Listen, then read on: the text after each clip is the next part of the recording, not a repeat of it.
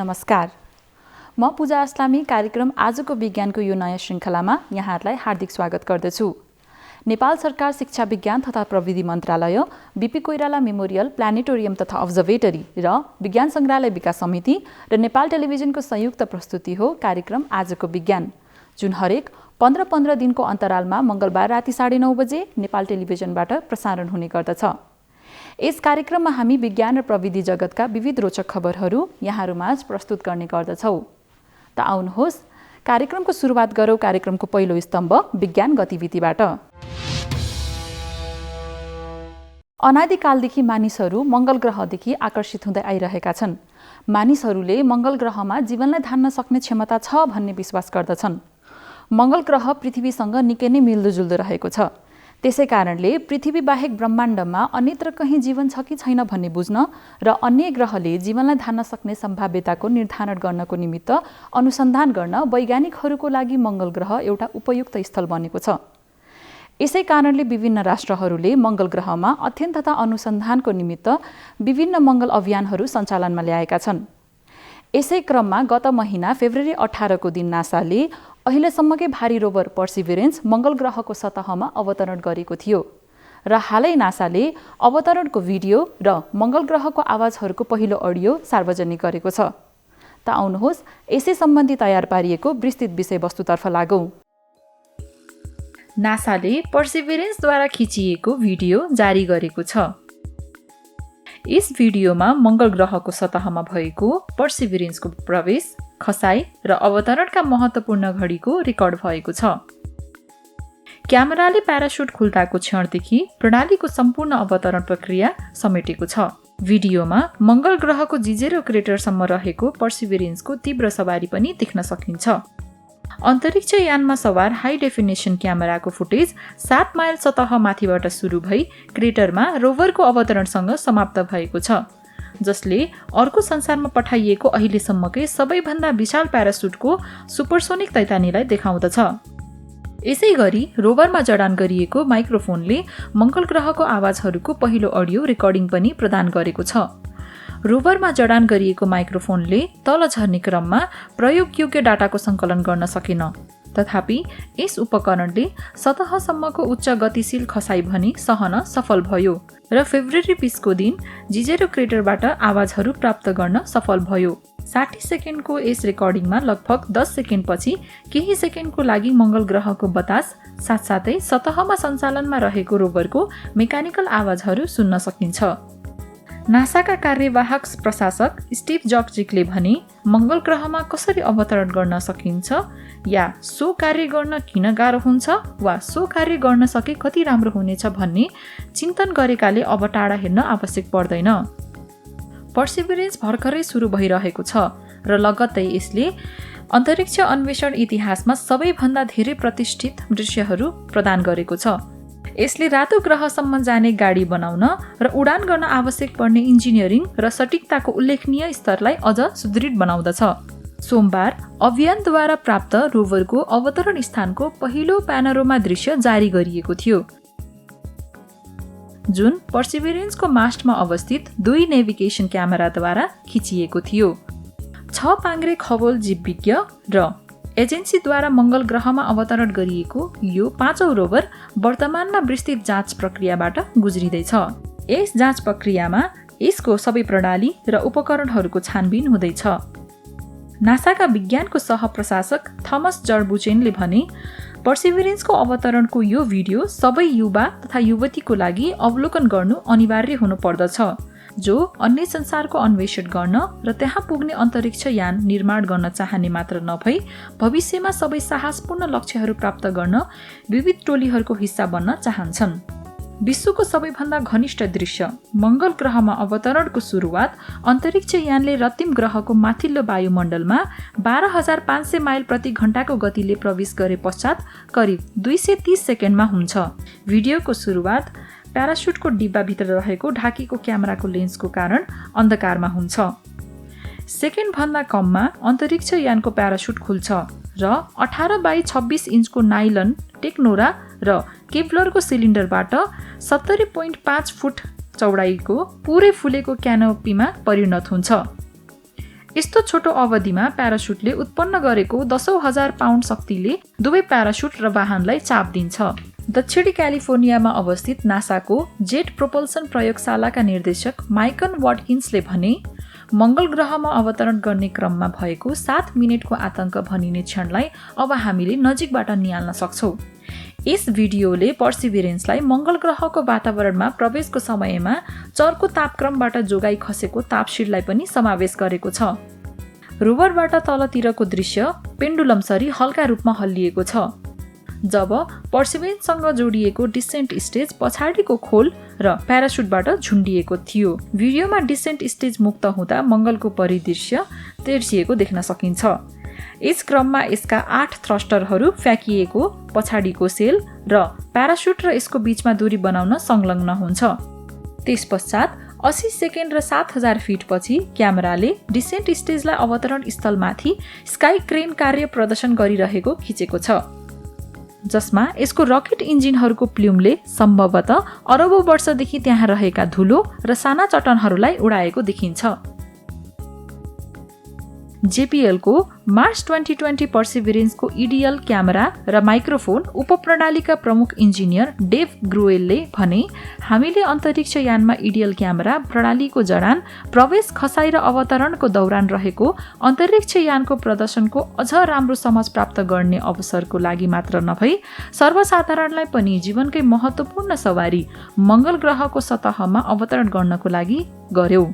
हामीलाई थाहा छ सर्वसाधारणहरू मंगल ग्रहको अन्वेषणमा कति आकर्षित भएका छन्। त्यसकारण हामीले अन्तरिक्ष यानमा इडियल क्याम माइक्रोफोनको जडान गर्यौं, किनकि यसले प्रशंसकहरूको अनुभव, विशेष गरी दृष्टिविहीन अन्तरिक्ष प्रशंसकहरूको अनुभव वृद्धि गर्नेछ र विश्वव्यापी मानिसहरूलाई संलग्न हुन प्रेरित गराउनेछ भन्ने हामीले आशा गर्यौं। फुटेजको अन्त्य पर्सिभिरेन्सको एल्युमिनियमका पाङ्राले सतहसँग 1.61 माइल प्रति घण्टाको गतिले सम्पर्क बनाउँदा हुन्छ र त्यसपछि आतशबाजी रूपमा फ्याँकिएका ब्लेडहरूले हावामा उडिरहेको डिसेन्ट स्टेजसँग जोडिएको केबलहरूलाई छुट्याउँछ। त्यसपछि डिसेन्ट स्टेज उडेर जाने पूर्व नियोजित तरिकामा टाढिन्छ। रोभर टोलीले पर्सिभिरेन्स प्रणाली र यसको वरिपरिको वातावरणको प्रारम्भिक निरीक्षण जारी राखेको छ। सोमबार टोलीले रोभरको 7 उपकरणहरूमध्ये 5 वटाको जाँच गरे र मार्स इन्भाइरोमेन्टल डायनामिक्स एनालाइजर उपकरणको प्रयोग गरी पहिलो पटक मौसम अवलोकन गरे। रोभर टोलीले पर्सिभिरेन्स प्रणाली र यसको वरिपरिको वातावरणको प्रारम्भिक निरीक्षण जारी राखेको छ। सोमबार टोलीले रोभरको 7 उपकरणहरूमध्ये 5 वटाको जाँच गरिन् र मार्स इन्भाइरोमेन्टल डायनामिक्स एनालाइजर उपकरणको प्रयोग गरी पहिलो पटक मौसम अवलोकन गरे। पर्सिभिरेन्सको मंगल अभियानको प्रमुख उद्देश्य भनेको खगोल जीव विज्ञानको साथसाथै पुरातन सूक्ष्म जैविक जीवनका संकेतहरूको खोजी गर्नु हो। रोभरले ग्रहको भूगोल र विगतको मौसमलाई विश्लेषण गर्नेछ। यसले मंगल ग्रहमा मानव अन्वेषणको लागि मार्ग खोल्नेछ र मंगल ग्रहको ढुङ्गा र रेगोलितको संकलन गर्ने पहिलो अभियान हुनेछ। यसले नासाका वैज्ञानिकहरूलाई मंगल ग्रहमा रकेट इन्धन कसरी उत्पादन गर्ने भनेर पनि सिकाउनेछ र भविष्यमा मानव अन्वेषणको समयमा प्रयोग गर्न सकिने अक्सिजनको उत्पादन कसरी गर्ने भनेर पनि सिकाउन सक्दछ। पर्सिभिरेन्सले आफ्नो लक्ष्य प्राप्तिको लागि 0.1 माइल प्रति घण्टाको गतिले चल्नेछ, जुन अघिल्लो रोभरहरूको गतिभन्दा 3 गुणा बढिरहेको छ। हजारौं वर्षको अवधिमा मानव जातिले धातुलाई औजार, गहना र हतियारमा परिवर्तन गर्न धातुको पहिचान र निष्कासन गरी आकार र मिश्रण बनाउन सिके। सम्पत्ति, शक्ति र समाजको संस्कृतिलाई परिवर्तन गर्न सक्ने धातुको क्षमता यति गहिरो छ कि काँस्य युग र फलाम युगले मानव जातिको विकासमा एउटा अलग र महत्त्वपूर्ण युगको निर्धारण गरेको छ। धातुको प्रभावकारी प्रयोगको निमित्त धातुविज्ञहरूले विभिन्न विधि तथा प्रक्रियाहरूको खोज गर्दै आइरहेका छन्। यसै क्रममा हालै अनुसन्धानकर्ताहरूले धातुलाई निकै कडा बनाउने एउटा प्रभावकारी विधिको खोज गरेका छन्। धातु विज्ञान भनेको आधुनिक इन्जिनियरिङको सबैभन्दा महत्त्वपूर्ण विज्ञान मध्ये एक हो। विशेष रूपमा यो अयस्कबाट धातुहरू निकाल्ने विज्ञान हो, जहाँ धातुहरू फेला पारिन्छ र त्यसपश्चात धातुलाई अधिक उपयोगी बनाउन परिमार्जन गरिन्छ। हामीले धातु विज्ञानलाई भौतिक शास्त्र, रसायन विज्ञान र इन्जिनियरिङको सानो अंशको संयोजनको रूपमा बुझ्न सक्छौँ। धातु विज्ञानले विज्ञान र धातुको प्रविधि दुवैलाई समेट्दछ। धातु विज्ञान धातुको काममा लाग्ने कलाभन्दा निकै फरक रहेको छ। जसरी चिकित्सा विज्ञानको प्राविधिक प्रगतिमा औषधि निर्भर पर्दछ, त्यसरी नै धातु कर्म धातु विज्ञानमा निर्भर पर्दछ। धातु विज्ञानलाई दुई विस्तृत समूहमा विभाजन गरिएको छ। ती हुन् रासायनिक धातु विज्ञान र भौतिक धातु विज्ञान। रासायनिक धातु विज्ञान र भौतिक धातु विज्ञान। रासायनिक धातु विज्ञान विशेष गरी धातुको न्यूनीकरण र अक्सीकरण र धातुको रासायनिक प्रदर्शनसँग सम्बन्धित रहेको छ। रासायनिक धातु विज्ञानको अध्ययनको विषयहरूमा खनिज प्रशोधन, धातु निष्कासन, थर्मोडायनामिक्स, इलेक्ट्रोकेमिस्ट्री र रासायनिक गिरावट समावेश रहेको छ। यसको विपरीत भौतिक धातु विज्ञानले धातुको यान्त्रिक गुणहरू, धातुहरूको भौतिक गुणहरू र धातुहरूको शारीरिक प्रदर्शनमा ध्यान केन्द्रित गर्दछ। भौतिक धातु विज्ञानमा अध्ययन गरिने विषयहरूमा क्रिस्टलोग्राफी, सामग्री विशेषता, यान्त्रिक धातु विज्ञान, चरण परिवर्तनहरू र विफलता संयन्त्रहरू समावेश रहेका छन्। ऐतिहासिक रूपमा धातु विज्ञानले मुख्यतया धातुको उत्पादनमा ध्यान केन्द्रित गरेको छ। धातु उत्पादनको सुरुवात धातु निष्कासनको लागि अयस्कको प्रशोधनबाट हुन्छ र मिश्रित धातु बनाउनको निम्ति धातुको मिश्रण पनि समावेश गरिन्छ। मिश्रित धातु प्राय कम्तीमा दुई भिन्न धातु तत्त्वहरूको मिश्रणले बन्छ। यद्यपि अनुप्रयोगको निम्ति उपयुक्त गुणहरू प्राप्त गर्न प्रायजसो गैर धातुत्मक तत्त्वहरू मिश्रणमा थपिन्छ। केही परम्परागत क्षेत्रहरूले खनिज प्रशोधन, तापक्रम प्रयोग, विफलता विश्लेषण र धातुहरूको जोड सामेल गर्दछन्। धातुको आधुनिक उपयोग गर्ने सिप सजिलोसँग विकास भएको होइन। वास्तवमा धातुहरूसँग सटिकतापूर्वक काम गर्न सक्ने हाम्रो आधुनिक क्षमता करिब 7000 वर्षको विकासको परिणाम हो। पत्ता लगाइएका पहिलो धातुहरूमा सुन, चाँदी र तामा पर्दछन्। सुरुवातमा ताप बिना काम गर्न सकिने धातुहरू भेटिए। त्यसपश्चात धातुहरूलाई पिघाल्ने र कडा गर्ने प्रक्रियाको माध्यमबाट धातुलाई जुनसुकै आकारमा ढाल्न सकिन्छ भन्ने कुराको पत्ता लाग्यो। त्यसपछि मानिसहरूले खनिजहरूबाट धातु बरामद गर्न सकिन्छ भन्ने बुझे। धातुको एक हिस्सा कडा बनाउनको लागि धातुकर्मीहरूसँग सबै प्रकारका तरिकाहरू छन्।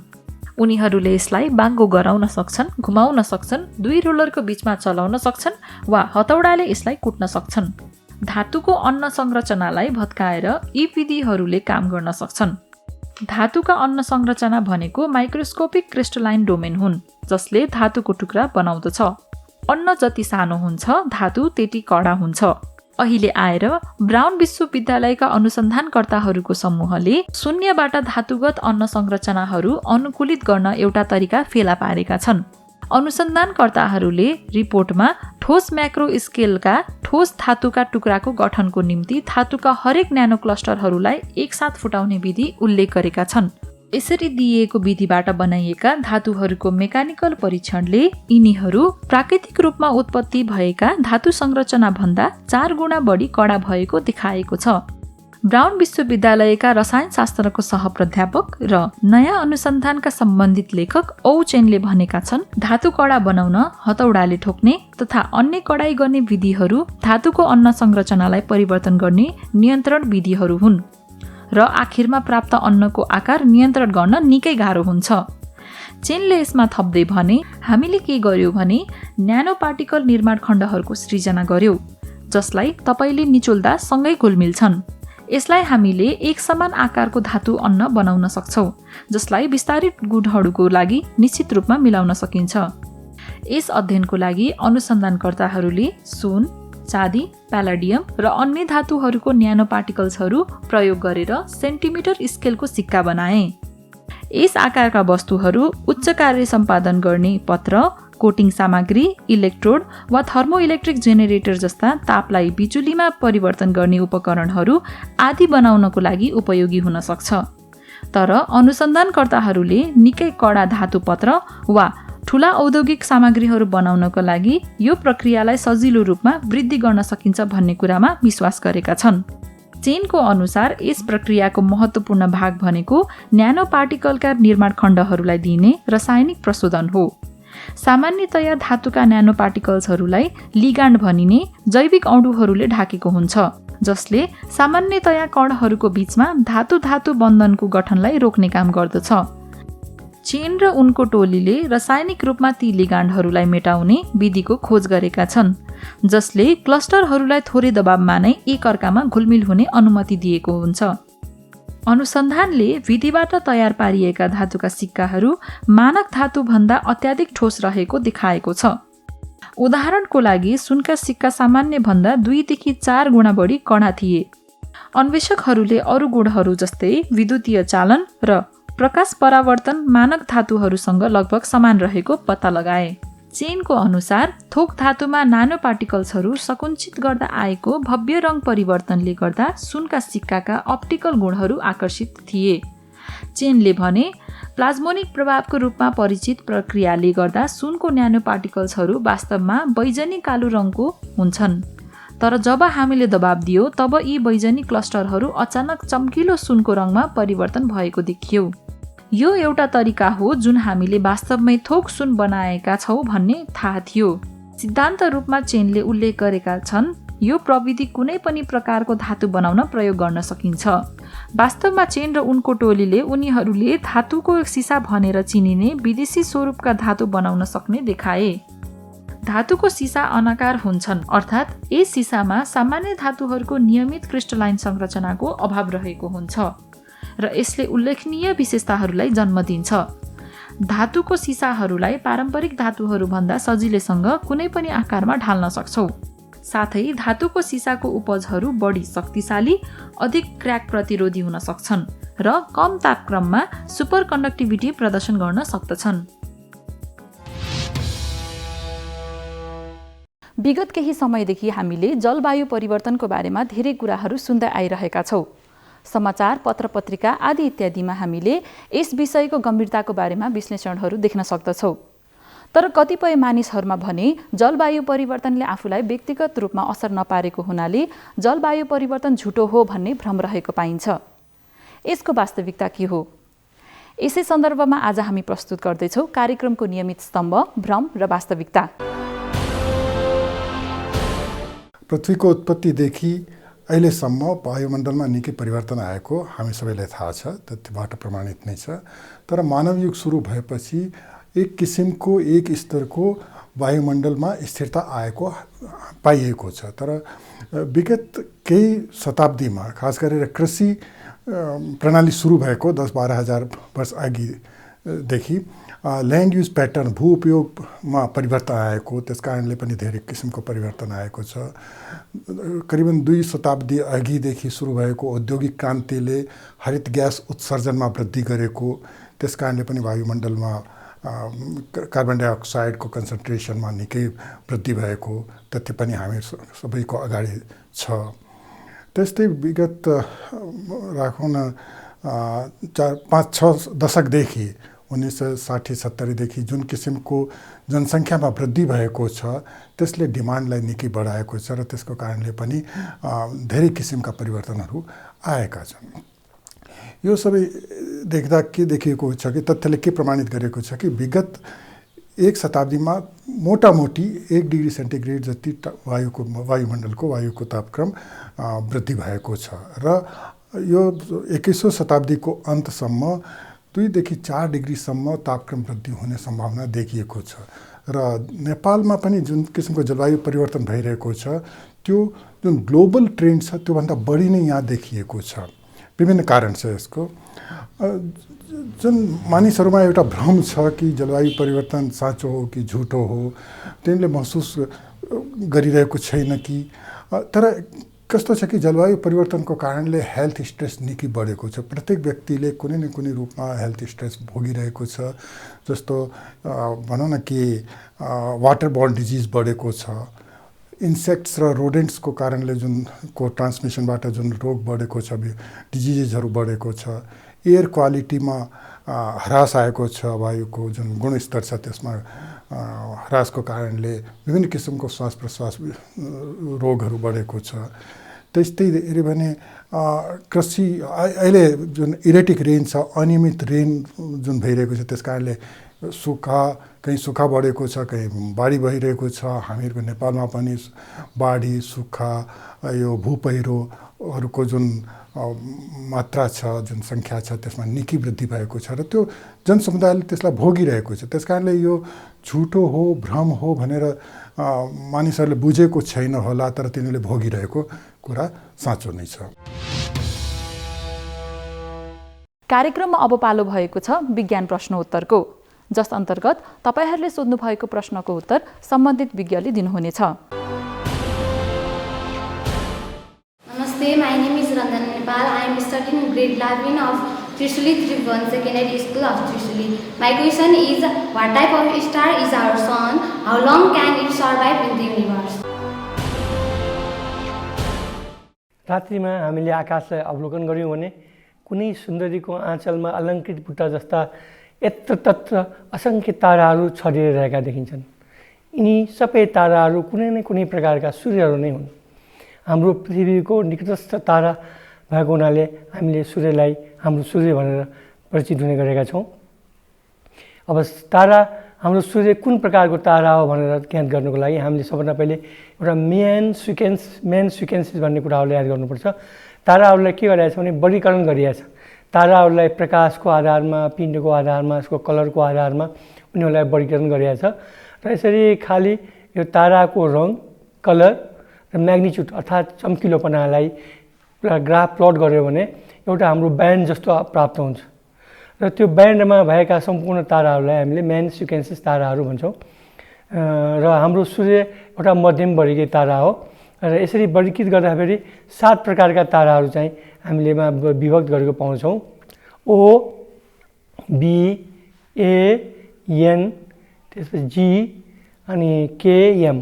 यसलाई सम्झिनु पर्यो भने O B a nice girl kiss me, yeah O B a nice guy kiss me भनेर हामीले सम्झिन सक्छौँ र यो 7 प्रकारको ताराहरूमा यिनीहरूलाई विभाजन गरिरहेछ र यसरी विभाजन गर्नेमा हाम्रो जीमा पर्छ, हाम्रो सूर्य तारा जीमा पर्छ, अर्थात् यो मध्यम वर्गीय तारा हो। त्यो ब्यान्डको सबभन्दा तल पनि छैन, धेरै माथि पनि छैन, त्यसैले यो मध्यम वर्गीय रूपमा हामीले यो तारालाई हामी मान्न सक्छौँ। र अर्को कुरा के भने जब हाम्रो प्रकाश म्याग्निच्युड हामी कति चम्किलो छ भन्ने कुराहरूलाई लिन्छौँ र अर्को कुरा हामीले यसको चाहिँ कलर, कस्तो कलर छ भनेर लिन्छौँ, त्यसलाई चाहिँ हर्स रसेल चाहिँ सिक्वेन्सेस भन्छौँ, हर्स रसेल डायग्राम भन्छौँ र त्यसैले यसलाई एउटा सिक्वेन्स दिएको हुन्छ। अब सूर्यको विषयमा अरू भन्दाखेरि के हुन्छ भने यो सूर्य हाम्रो लगभग 4.6 बिलियन इयर वर्ष पहिले यसको उत्पन्न भएको, जो ग्रेभिटेसनल पुलले गर्दा म्याटरहरू कोल्याप्स भएर एउटा सङ्घनन बिन्दुमा सङ्ग्रहित भएर सूर्यको एउटा स्थापना हुनुभयो र सूर्यमा न्युक्लियर रिएक्सन भएर फ्युजन भएर अर्थात् हाइड्रोजन एटमहरू त्यसमा विलय भएर हिलियम बन्न जान्छ, त्यसले गर्दाखेरि अथाह ऊर्जाहरू पनि उत्पन्न हुन्छ। त्यसले गर्दा सूर्यबाट निरन्तर रूपमा प्रकाशहरू उत्सर्जन भइरहेको छ। अब यो सूर्यको आयुको कुराहरू आउँदाखेरि यो सूर्यले लगभग मध्यम वर्गीय भएपछि यसले लगभग आधा आयु बाँचिसक्यो। मान्छेको आयुलाई तुलना गऱ्यौँ भने लगभग यो 50 वर्षको एउटा सूर्यमा मान्छेमा परिणत भइसक्यो या यो सूर्यमा परिणत भइसक्यो। अब यसको आयु केवल 4.5 या 4.6 बिलियन इयर मात्रै बाँकी छ। त्यसपछि यसमा भएको ऊर्जा समाप्त हुन जान्छ। प्रारम्भमा के हुन्छ जब न्युक्लियर रिएक्सन हुन्छ, हाइड्रोजन एटमहरूको फ्युजनबाट हिलियम बन्न जान्छ र ऊर्जा बन्दै जान्छ। यो प्रक्रिया निरन्तर चल्दै जाँदा जब यसमा एउटा आइरन फलाम बन्न जान्छ, हेभी धातुहरू बन्न जान्छ, त्यसबेला तारा मृत्युतिर अग्रसर हुन जान्छ। अन्त यही प्रोसेस, यही प्रक्रियामा जब इन्धनहरू सकिन थाल्छ, त्यसबेला यदि सूर्यको तारा या सूर्यको पिण्ड हाम्रो सूर्यभन्दा 4 गुणाभन्दा बढी छ भने, त्यो सूर्य एउटा ब्ल्याक होलमा कन्भर्ट हुन्छ भने, त्योभन्दा कम छ भने के हुन्छ भने सूर्य एउटा फैलिन जान्छ, रेड ज्वाइन्ट रक्तिम विशालकाय तारामा परिणत हुन्छ। हाम्रो सूर्य पनि एउटा रक्तिम विशालकाय तारामा परिणत हुन्छ र विशाल रूपमा 100 गुणासम्म यो फैलिन जान्छ।